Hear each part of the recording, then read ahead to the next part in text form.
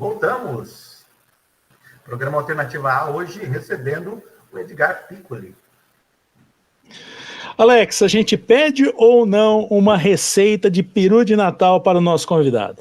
Vamos ver depois, né? Vamos ver se ele dá tempo dele pensar. Boa, valeu. Você falou do segundo bloco, né? Que o primeiro show que você transmitiu, que a MTV foi do Midnight Oil, né?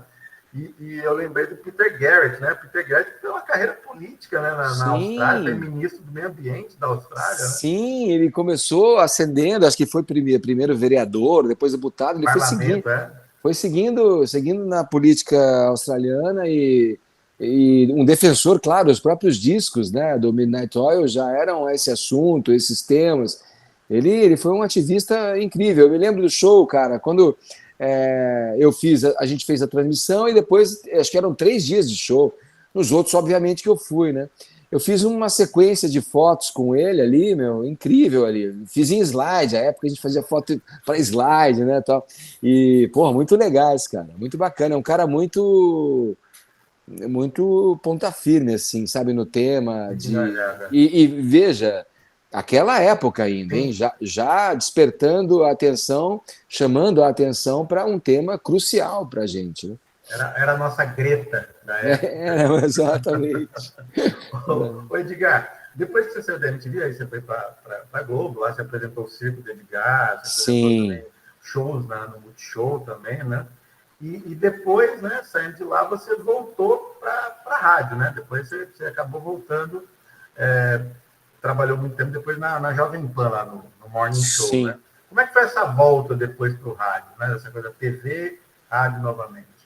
Olha, antes de vou percorrer a trilha que você desbravou aí, né? Então, tipo, no Multishow, o circo, para mim, foi olha, cara, foi acho que dos projetos televisivos mais legais que eu fiz. Muito legal. Porque ele tinha tudo ali do que eu já tinha experimentado na minha vida.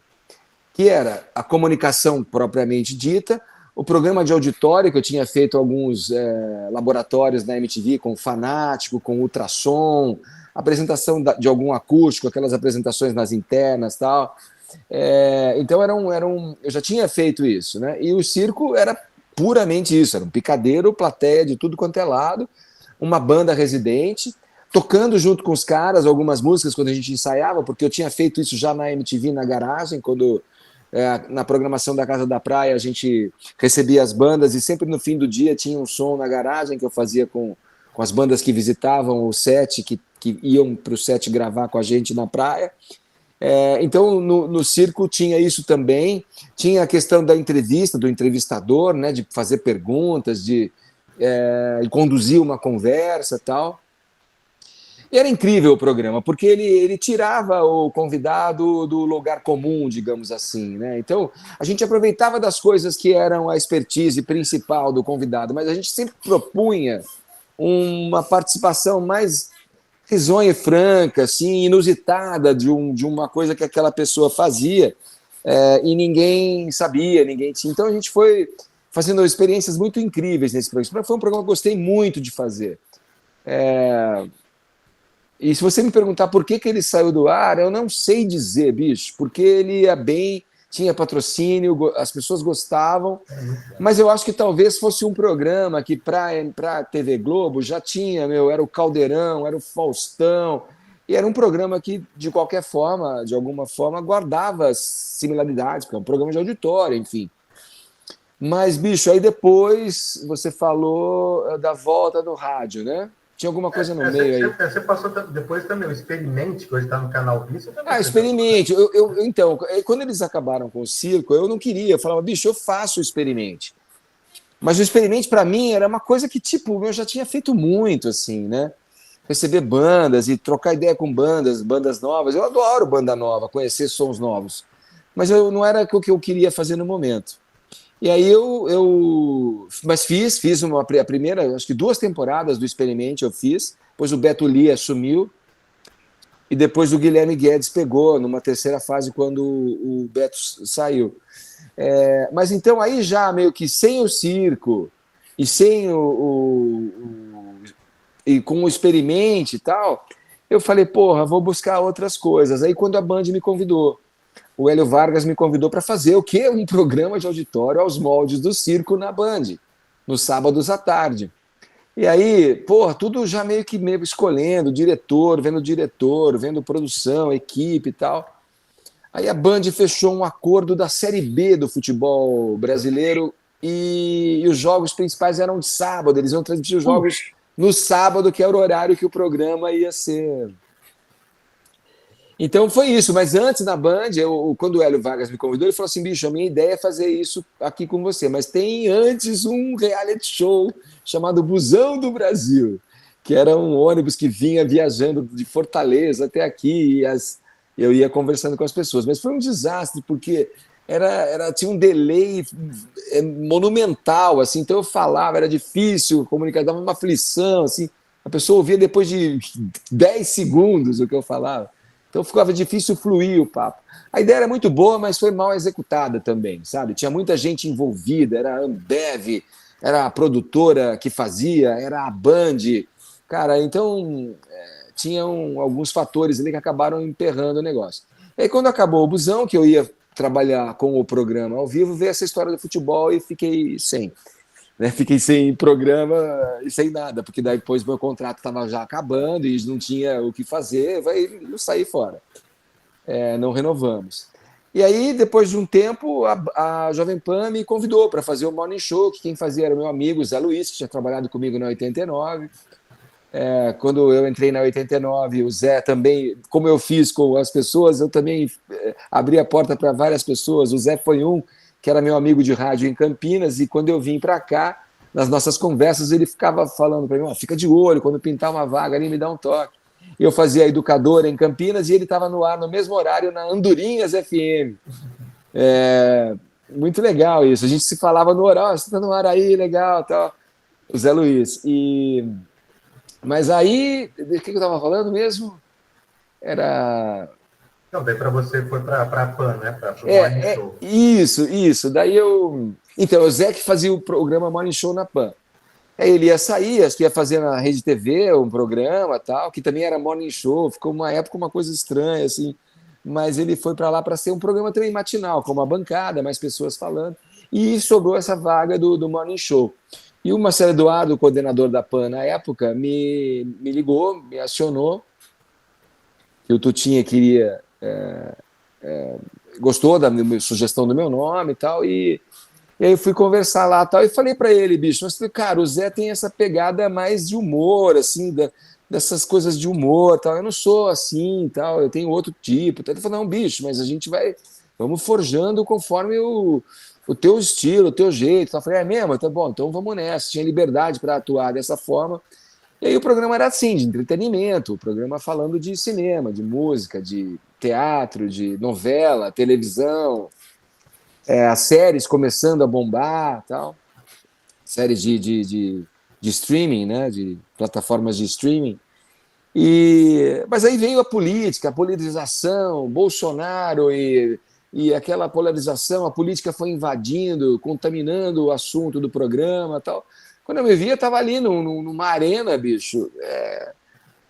Um programa que eu era o âncora, conduzia, que tinha a minha cara, a minha pegada, a minha dinâmica, tudo ali, ouvindo coisas que, bicho, peraí, que papo furado é esse? Que onda é essa, bicho? Quem que você quer enganar? Sabe? Eu pensava na minha cabeça. Isso aí eu não queria entrar no mérito de embates, discussões, porque nem era a minha, né? Mas aí eu me vi obrigado a estudar. Fui estudar, bicho. Comecei a ler tudo dessas porra de assunto, né? Mas aí me informando, sabendo de tudo que estava acontecendo para poder segurar ali um debate. Porque se não fizesse isso, não iria ter o contraditório, ia ficar uma visão que era a visão editorial da rádio e tal. Eu era uma dissonância ali. E as pessoas vieram muito para cima, com acesso à mídia social. Então, foi um período meio saco, assim, meio chato, né? De ter que além de cuidar para fazer bem o teu trabalho, né? Você tinha que se preocupar com essas situações, né, desagradáveis, né, de rede social. Mas, bicho, foi um aprendizado também. Eu considero que a experiência, toda ela vem com um aprendizado, com uma coisa incrível. Eu me sinto muito mais preparado e apto para dirimir, tocar um debate onde há uma divergência, assim, e trazer pontos que possam somar ao debate, né? Que possam trazer uma reflexão para algo que é necessário para quem está ouvindo formar uma opinião, né? Então eu me vi ali num negócio que, bicho, não era exatamente o que eu desejava, mas eu me vi forçado e obrigado a fazer para me defender primeiro e para marcar uma posição, para que as pessoas soubessem, pô, minha escola, minha formação é toda essa mesmo, de pessoas da arte, da música. E para mim era uma preocupação, sabe? Tudo bem, eu estou aqui, eu trabalho, é uma profissão, eu faço isso, é o meu ofício, mas eu vou me posicionar e vou dizer o que eu penso sobre as coisas que estão sendo debatidas aqui. E foi desgastante, né? Muito desgastante, mas foi enriquecedor, né? De alguma maneira, enriquecedor também para mim, profissionalmente, né? Você acabava sendo, de fato, um contraponto, né? Porque naquele momento, Exato. Ou você era aquilo, ou você não era, ou, né, se não fala do nosso jeito, é contra nós, então... Me parece que a gente deixou de se nortear pela razão até, e muitas vezes em sentidos óbvios das coisas, né? Aí, pô, o que esse maluco tá falando, mano? Qual que é desse cara, meu? Ele acha que é normal isso que tá acontecendo? Sabe? É a minha verdade, né? Verdade. Eu acho que a verdade se chega num terceiro ponto, assim. Não é o problema da pessoa ser conservadora, progressista. Eu acho que tem uma razoabilidade ali dentro dessa discussão. Os extremos eu acho que nunca produziram nada de muito produtivo, criativo e positivo, assim. Então, um caminho do que é razoável para os dois lados do espectro ali, eu acho que é bacana conversar com gente que pensa diferente, que vê o mundo de uma forma diferente. Mas enganar as pessoas e usar de uma desonestidade intelectual era o que mais me tocava o senso de justiça, né? Então eu procurava fazer o que eu sentia que estava ao meu alcance ali, né? E desagradava muito a turba da audiência como um todo da Jovem Pan, né? Que é uma audiência conservadora, bolsonarista, enfim. Então, mas foi um aprendizado, cara. Foi um aprendizado que eu não descarto, não. Eu acho que foi de alguma maneira produtivo ter passado por aquilo profissionalmente, sabe? Bacana. O Edgar. Você sabe, Edgar, que isso é mais ou menos o que faz o professor, né? Ele tenta exatamente o contraponto, né? Fazer as pessoas pensarem, né? A gente tá caminhando aí pro final do programa, viu, Edgar? E assim, antes da gente terminar, eu queria fazer uma provocação rápida, né? Você tinha um podcast, né? Um podcast que é o Trago Boas Notícias, né? Que você terminou, né? Você encerrou ele aí, eu acho que em março, né? Março do ano passado, né? Foi isso. E uma das coisas que eu faço para quebrar o gelo é justamente chegar nas pessoas e falar assim, ó, dá uma boa notícia. As pessoas, na maioria das vezes, as pessoas, né, ficam meio ressabiadas, sabe? Nunca dão grandes boas notícias, né? Umas falam, amanhã é sexta-feira, ou você tá vivo, né? Então eu queria fazer essa provocação para você. Me dá uma boa notícia. Cara, bom, primeiro eu vou aqui usar esse recurso de ficar falando um pouco do Trago Boas Notícias para ver se eu consigo trazer algo para responder a tua provocação aí. O Boas Notícias, cara, então, eu saí daquele inferno que era a minha vida na Jovem Pan e fui para um projeto muito bacana, que era um original do Spotify, em parceria com o UOL. O UOL era a curadoria era do UOL, né? Mais precisamente de ECOA, que é uma plataforma dentro do UOL, que tem um pouco essa pegada de ver o mundo de uma maneira melhor, né?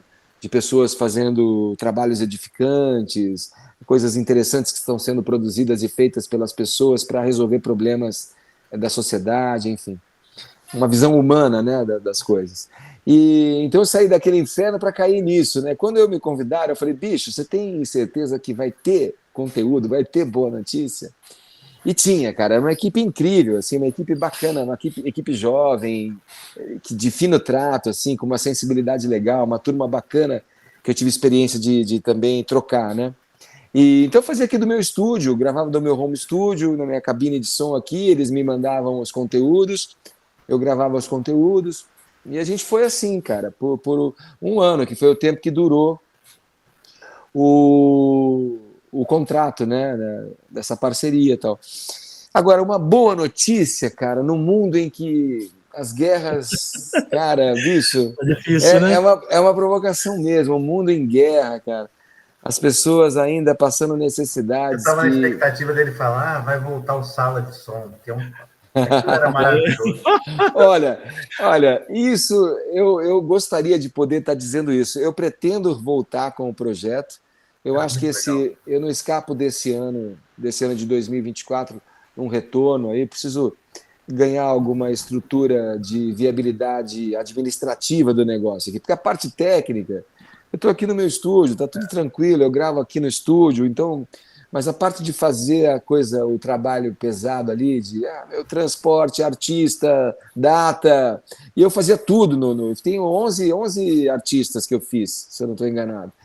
Então, eu que tratava com os caras, com as Mulheres Negras, eu fiz, tratei com o Arnaldo Antunes, fiz com o Arnaldo, fiz com a Banda Dônica, fiz com o Barbatux, tudo eu produzindo, gravando, editando e botando no canal, cara. Então, era uma coisa muito... Puta, era muito egocentrista, assim, eu preciso dividir um pouco. Mas foi também muito, muito legal. Contei com a ajuda de amigos que vieram aqui, me ajudaram fazendo câmera, outros vieram me ajudaram na gravação, na captação de áudio, que são amigos incríveis, que o projeto virando e ganhando um corpo são pessoas que, pelo menos, eu vou dar a oportunidade e a prioridade de estarem, se puderem, quiserem, tiverem tempo para estar comigo nessa volta do Sala de Som que eu pretendo para o ano que vem. Cara, uma outra novidade aí, que eu tô com uma banda, uns amigos de Campinas fazendo um som, a gente sempre tocou banda cover, fez repertório cover e tal, e a gente começou a produzir umas músicas originais, temos umas coisas aí também, mas é difícil banda, né, cara, porque é casamento, aí já dá umas tretas no meio, aí a questão estética, um tá pensando num lado, outro tá pensando pro outro. Eu brinco com eles e falo assim, pô, eu posso ser um músico mais ou menos, cara, mas assim, a minha régua ficou alta, né? Então eu me cobro como se eu tivesse que tocar, pelo menos fazer um arroz com feijão bem feito, assim, sabe? Então, mas é uma delícia fazer isso com os amigos. Vamos ver o que vai dar, não sei se vai virar alguma coisa, vamos ver ainda. Mas eu tenho aí uma dúzia de música aí para brincar. Aí, aliás, E é uma notícia. Bom, é uma boa notícia que, tipo, o que está por vir, né? Vamos botar fé e tal. E pode contar com a gente. Quando tiver essa boa notícia mais concretizada, o Alternativa está por aqui. Boa, Turci. Valeu, meu. Obrigadão, cara. Ô, Edgar, brigadão pela participação. Vamos pedir uma música de encerramento, já para fechar. Vai lá. Uma música para a gente fechar essa sua participação aqui. Mas maravilhosa no Alternativa. Cara, meu... Eu pensei em Bowie, pensei em Lou Reed, pensei uma do Dylan, talvez, já pensou? Os americanos não, fiquei nos cantautores americanos, né? Mas eu vou ficar, cara... eu vou ficar com o Talking Heads, meu. Me ocorreu agora o Talking Heads, porque o Dave Byrne, eu acho ele um cara incrível, cara. E agora eu tô achando que eles vão vir pro Brasil, cara. Eu não sei porque eles voltaram a fazer um som. Eu falo, bicho, os caras vão tocar aqui, meu. Ano que vem vai ter Talking Heads. Eu adoro. Porque relançaram, né?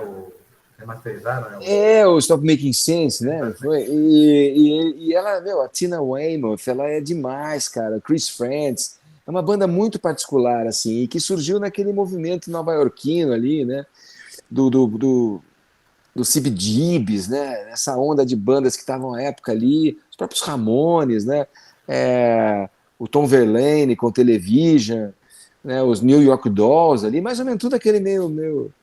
E o Talking Heads eu estou pensando em rolando aqui para tentar lembrar, para escolher uma música, cara, mas eu vou ficar com... Eu acho que Burning Down the House, que é uma música clássica, bacana. Então, encerramos aqui com Talking Heads, a participação do Edgar Figueiredo. Edgar, mais uma vez, brigadão por aceitar o convite. Honra ter você aqui no Alternativa. Obrigado, Alex. Valeu, Montanha. Você também, cara. Papo agradabilíssimo aí. 2 figuraças. Parabéns pela cara, perseverança, né? Posso dizer assim, com o programa, Continue mandando som aí, trocando ideias boas com a galera, e é isso aí. Tamo junto aí. Um grande abraço para vocês. Valeu. Valeu. Pessoal, obrigado pela audiência. Semana que vem tem mais programa Alternativa. Valeu, abraço, tchau.